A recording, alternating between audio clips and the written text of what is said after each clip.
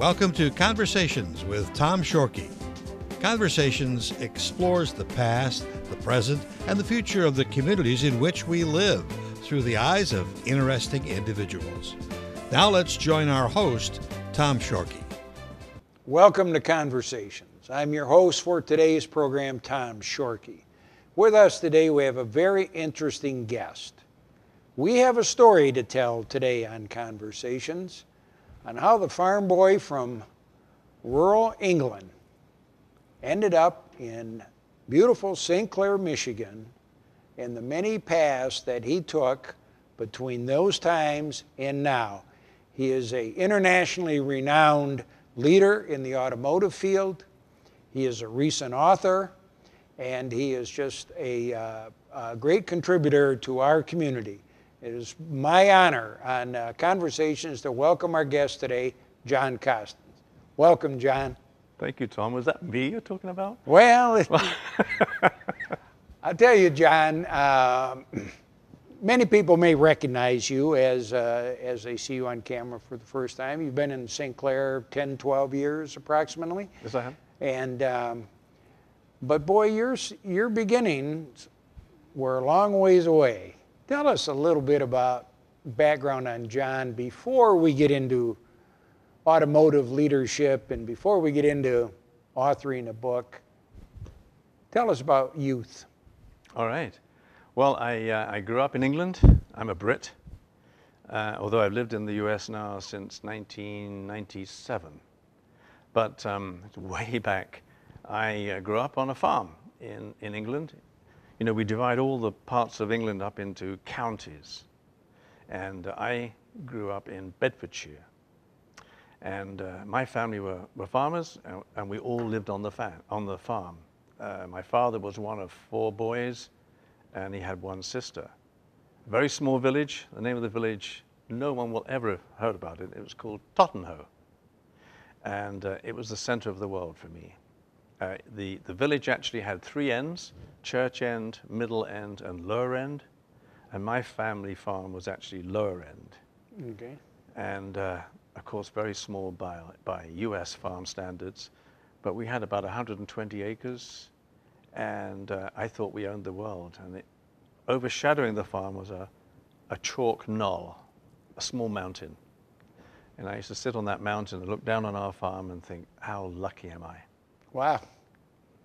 So then, why didn't you just end up being a farmer? A long-time farmer. What kind of events occurred to move you on? Well, we had 100 head of cattle, and we had chickens, and we grew corn.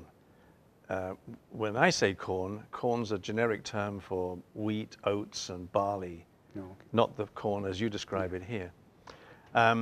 There was not enough work for me on the farm. In fact, my first job was at a zoo, a local zoo called Whipsnade Zoo, and I cleaned a chalk lion and picked up paper in the zoo.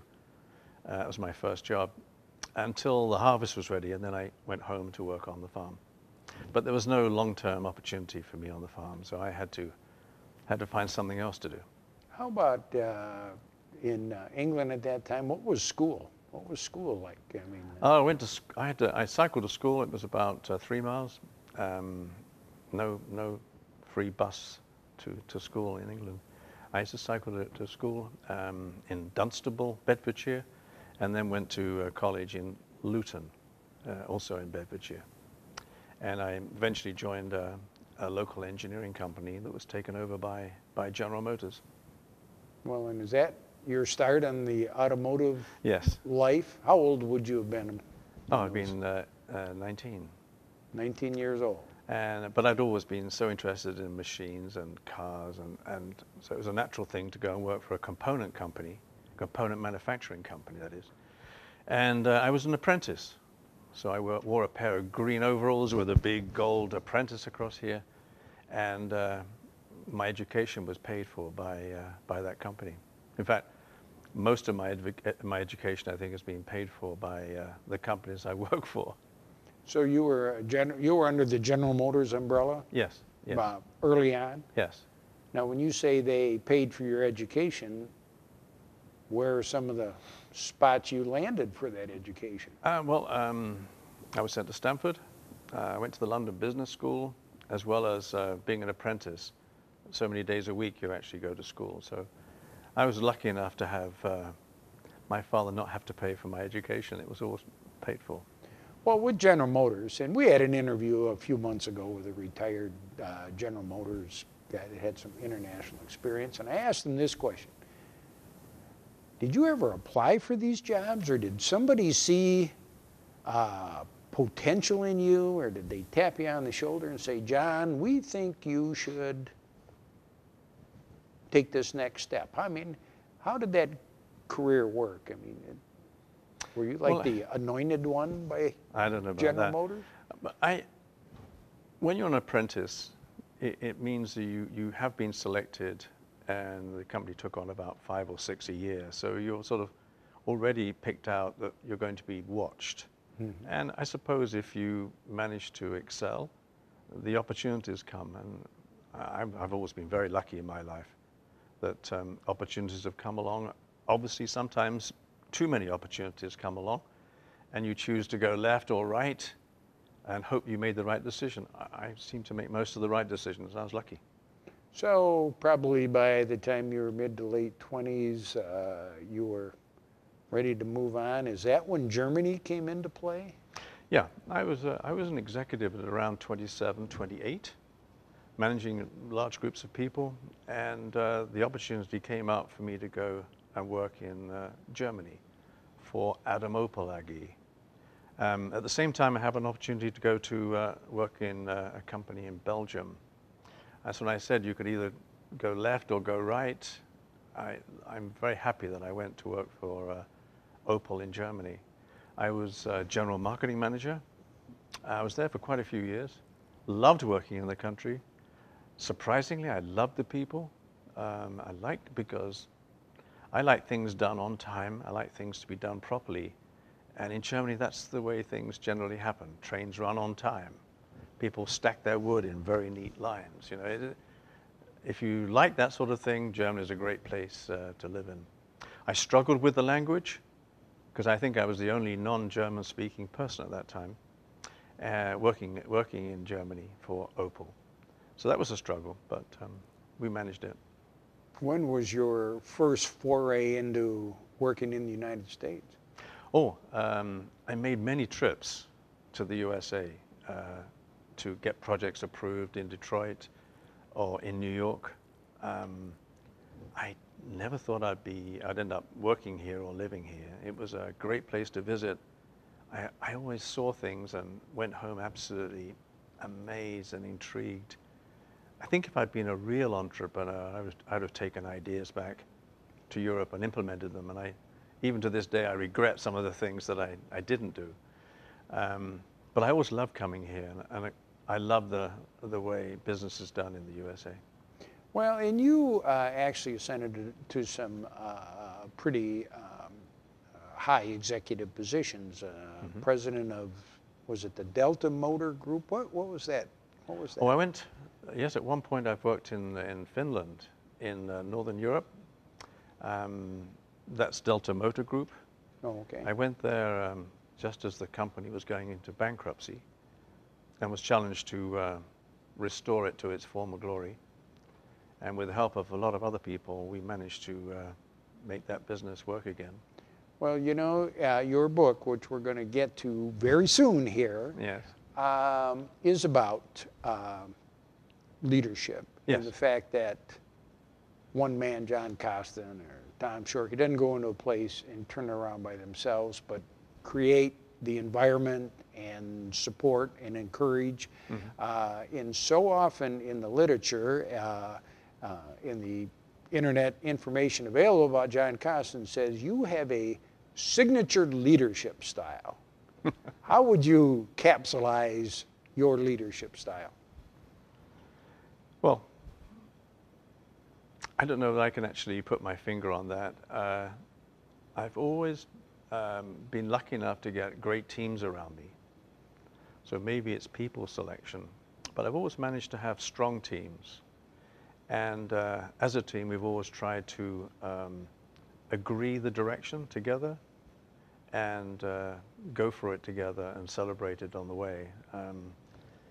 I know it's been called management by encouragement, and I do very much like the idea of sitting down, working things out with people rather than conflict or dictating the way things should be done. So putting faith in some young people, taking some risks with people, helping people get out of holes that they've fallen into, and then working together to reach the goals. I've been lucky. I've had good teams. Well, and we'll stay on Finnish automotive for a couple of minutes.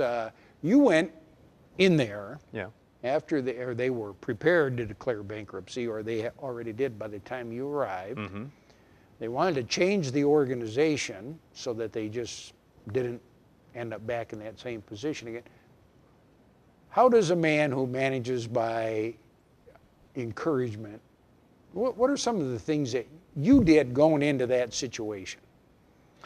Well, first of all, I saw going to Finland as a bit of a test for me because I had spent many, many years working for General Motors.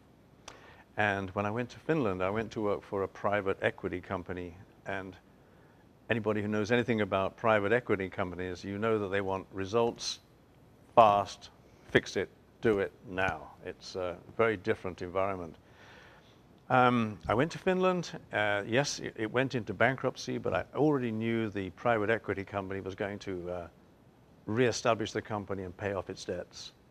But they employed me to establish and make sure the business grew going forward.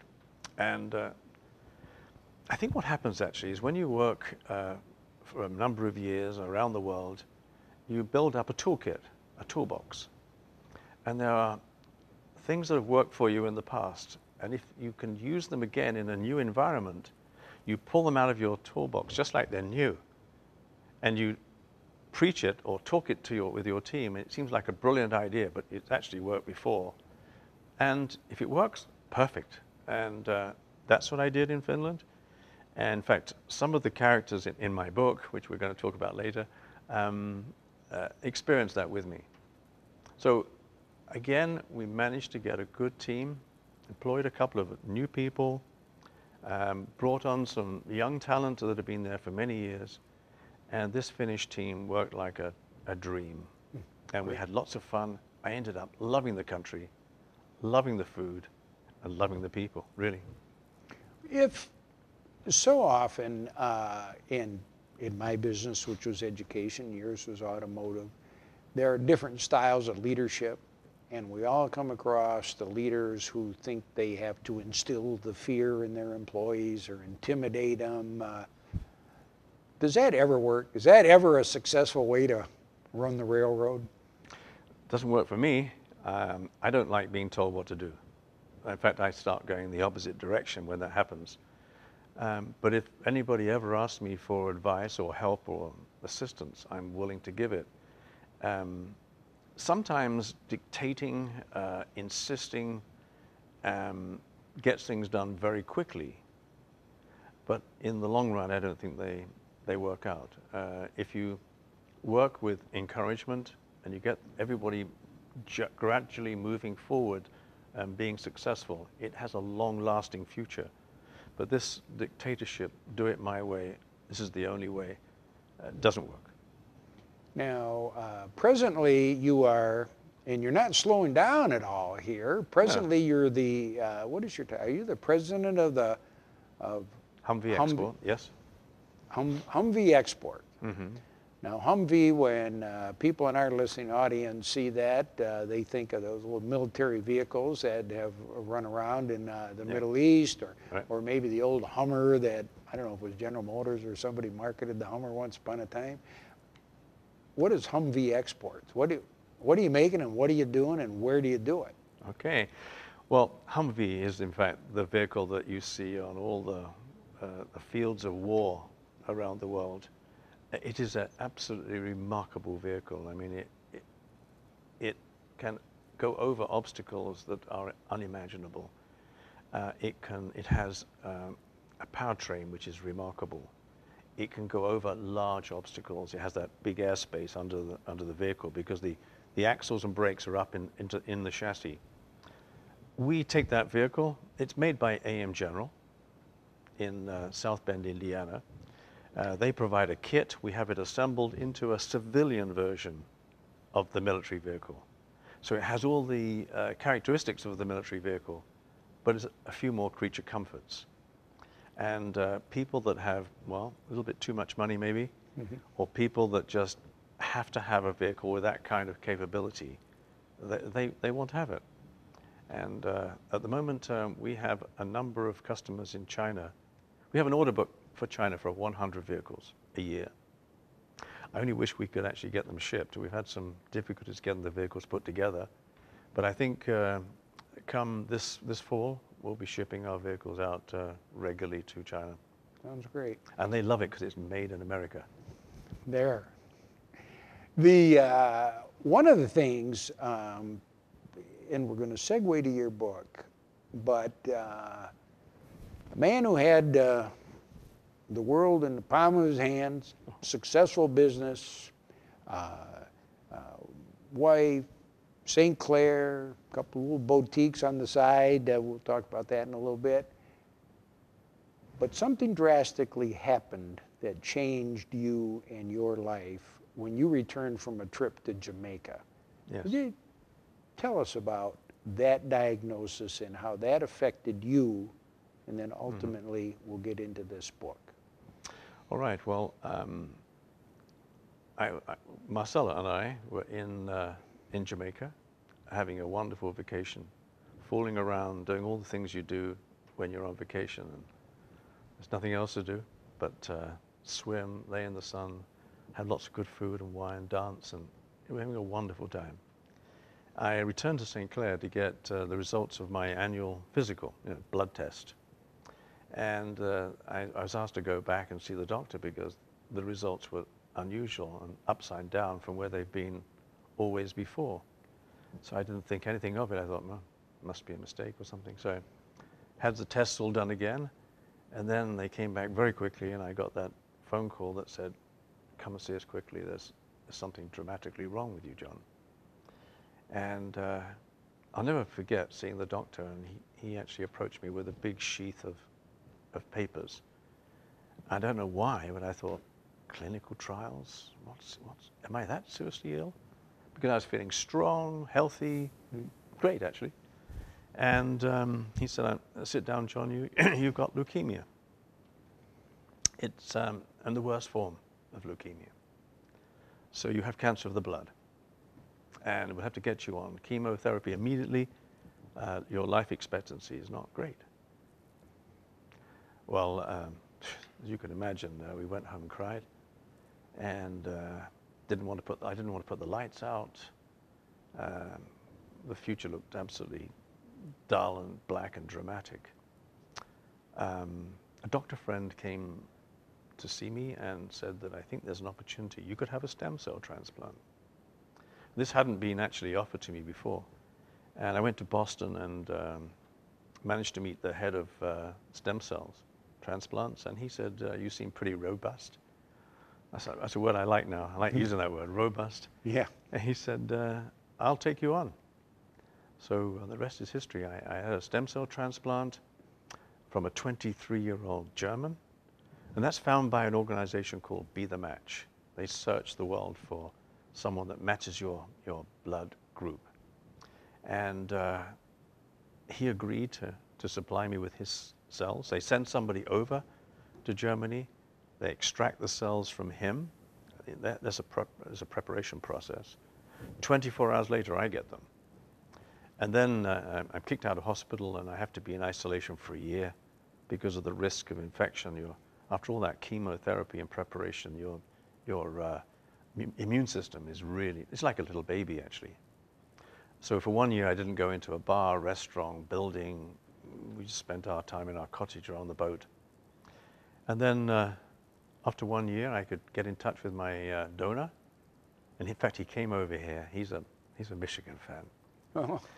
And well, here I am today, and the doctor said, I don't want to see you anymore. And for me, it's a miracle. So I'm indebted to Constantine, who was my donor, and to Jenny Rice, a local doctor who identified that I could go to Dana-Farber in Boston. Remarkable. Wonderful. Tremendous story. So you had a lot of time to think. Yes. And ponder. Yes. And one of the things that's been in the back of your mind for a long time was putting all these thoughts about leadership, management, into a readable form. Yes, that's right. And that became, let me just reach over. I think Paul may have this back on the screen, Unleash Your Potential by John Costin. Now, there's three main things that I believe are in your book. You talk about meetings. Yes. You talk about savings, and you talk about growth. Let's go to our favorite topic first. What about meetings? Well, if you're in business, well, actually it doesn't matter what walk of life you're in. We all attend meetings. Meetings, conference calls, group gatherings for discussion. And for many people, meetings are the bane of their life. They hate them, particularly if they're badly run. So, in my book, I talk about meetings. I mean, I've been in meetings all over the world, and they're all different. And there's good chairmen, poor chairmen, bad leaders, good leaders. Meetings in Japan are different to meetings in London. Germany is different to the USA. I could tell you stories about all those characteristics of meetings. So I decided to put on paper how I feel about how a meeting should be run. And my book is all about, well, actually, I should tell you, all the characters in my book are dogs. But they have human behaviors, human traits.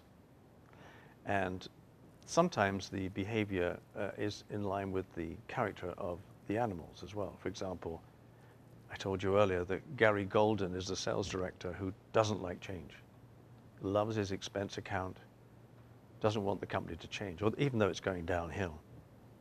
So the characters are dogs.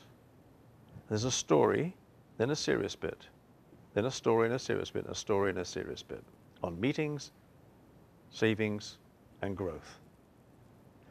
And my book's called Unleash Your Potential, leash being the, and the company is a Midwestern company. And with the dogs on the cover, yes. Yes. I am a dog lover. The company I write about is fictitious. It's a Midwestern company, and it's called Barker's. So it kind of, you won't believe it, but the publisher is a company in California. And wait for it, the publisher's name is Fat Dog Books. So it all seems to come together. It does. It actually does. So when you were recovering or staying away from germs, this book ran through your mind. Now, is this going to be, tell us, I kind of guessed it myself, but tell us your inspiration for that book. Okay, well, about 20 years ago, and probably a lot of people listening to this will relate to this as well. About 20 years ago, I read a book called Who Moved My Cheese? And it's about two mice. And they go on a journey for a walk one day, and they come across a huge pile of cheese. And they roll on their backs and think this is absolutely fantastic. The next day they take the same walk and the cheese is there again. And this goes on for a long time, until suddenly there isn't any cheese. And one says to the other, what should we do? One says, I'm going to go and look for more cheese somewhere else. The other one says, no, I'm going to stay back. There's always been cheese here. It'll come back. And it's like hem and haw, you know, the indecision. I love this book. I gave it to a lot of my staff to read. And I thought then, if ever I write a book, I would like to use characters like animals. And laying there with all those tubes coming out of my body when I was writing the concept, I thought this is my opportunity to do that. So hence, Unleash Your Potential. That's the book. Sounds great. And available, what, Amazon, Barnes & Noble yet, I'm not sure. Go to johncostins.com. And this may be the book, though, John, that any manager of any business in the Blue Water area, or principal, or whomever, all of a sudden somebody's going to be slipping that on their desk about maybe this is how what we ought to do with our meetings. What's the savings part? I mean, meetings, we understand. Yes. What's the savings portion?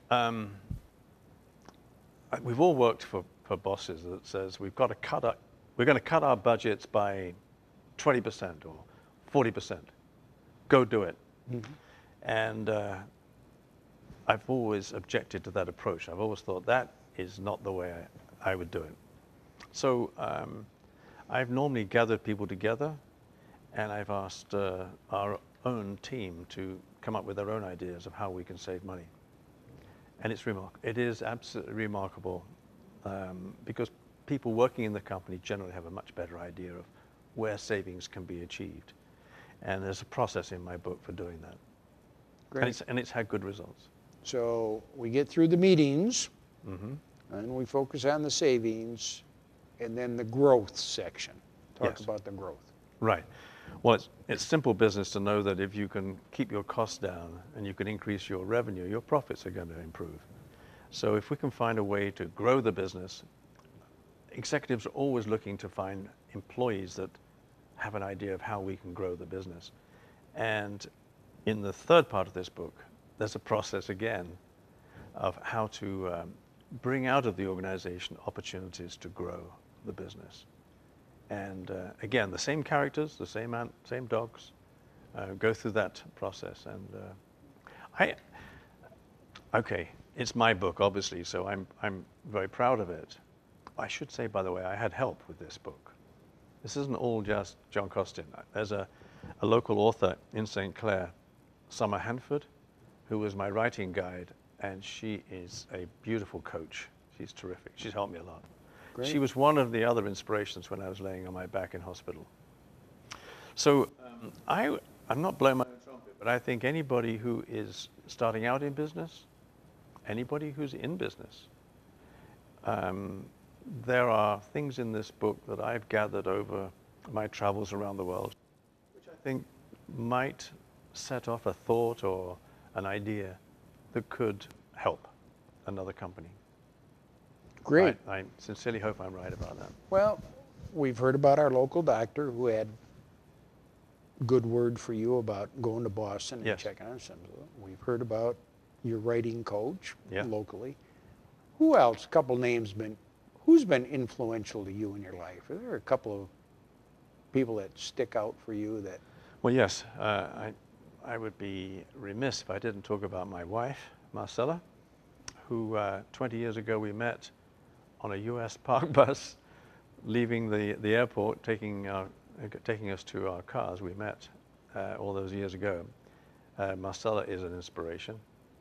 She's full of life and enthusiasm. So she is influential, she's just great.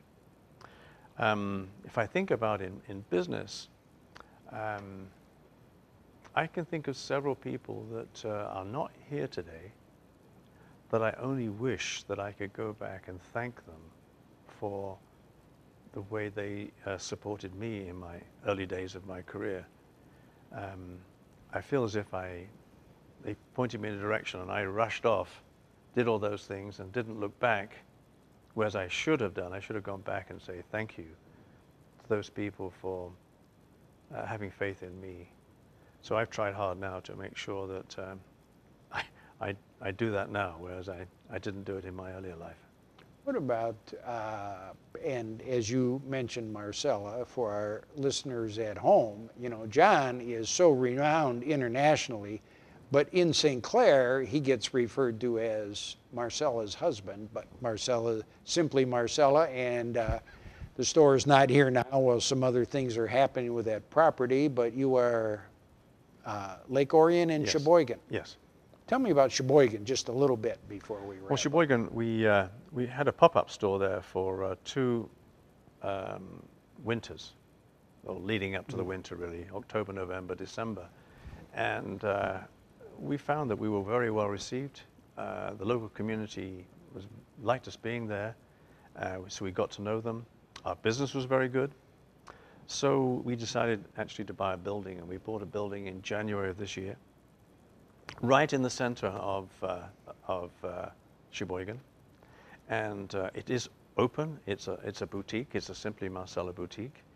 But we're going to expand now. We're having a wine pub on the back called the Queen's Head. We'll seat about 34 people. And then on the next level will be a girls' weekend away. And we're already taking bookings for that, where we can sleep 6 to 8 girls or ladies. And then the top, we're going to do a med spa, where we'll do injectables, Botox, fillers, skin peels, that sort of thing. Yeah. So it's quite a little enterprise we're building there. Well, actually. It sounds like Sheboygan is on the move. Why from England to Germany, to Finland, all over where you have traveled, yes. Why St. Clair? It's a very good question, and I've been asked that many times, so I have the answer right here. I never dreamt that I would be able to live on water, that I'd be able to have a boat, that I could take my boat and sail on great lakes that are like seas. I had no idea that I would ever achieve that. I also didn't understand in my earlier days that Michigan was so beautiful. I thought Detroit, which is a very hard city, I thought that was Michigan. Marcella took me on a 10-day tour of northern Michigan and sold me completely. It's the most beautiful state.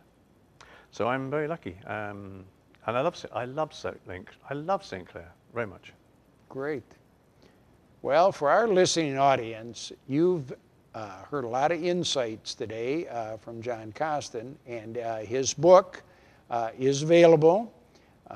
It's going to be interesting reading, and many of us who enjoyed Who Moved My Cheese 20 years or so ago will really get some insights on your business and life from the dogs that are in John's book.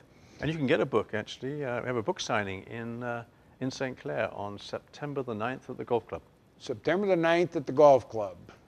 Book signing. Book signing. That would be great. And on top of that, and I think of all the messages we've heard from John today is when presented with that news about that leukemia, that people came, offered great advice, really has a new lease on life, and it makes you appreciate many of the things that maybe were previously taken for granted.